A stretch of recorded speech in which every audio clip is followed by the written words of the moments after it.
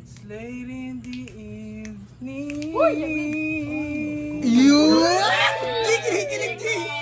Alam, kinikilig, G! Tinatago, tuloy mo. Wondering what clothes to wear. Puts on her makeup. Brushes her long blonde hair.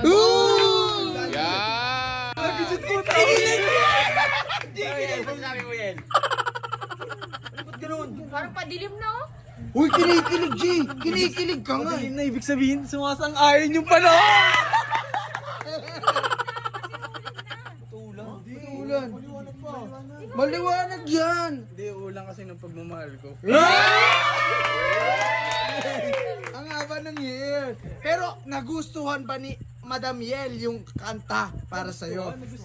Hindi, hayaan natin yung tao mag-decide. Oh, ayan guys. Hindi, para, ito si Yel, hindi rin totoo to sa sarili niya eh. Ngayon guys, yung tao yung tatanungin natin.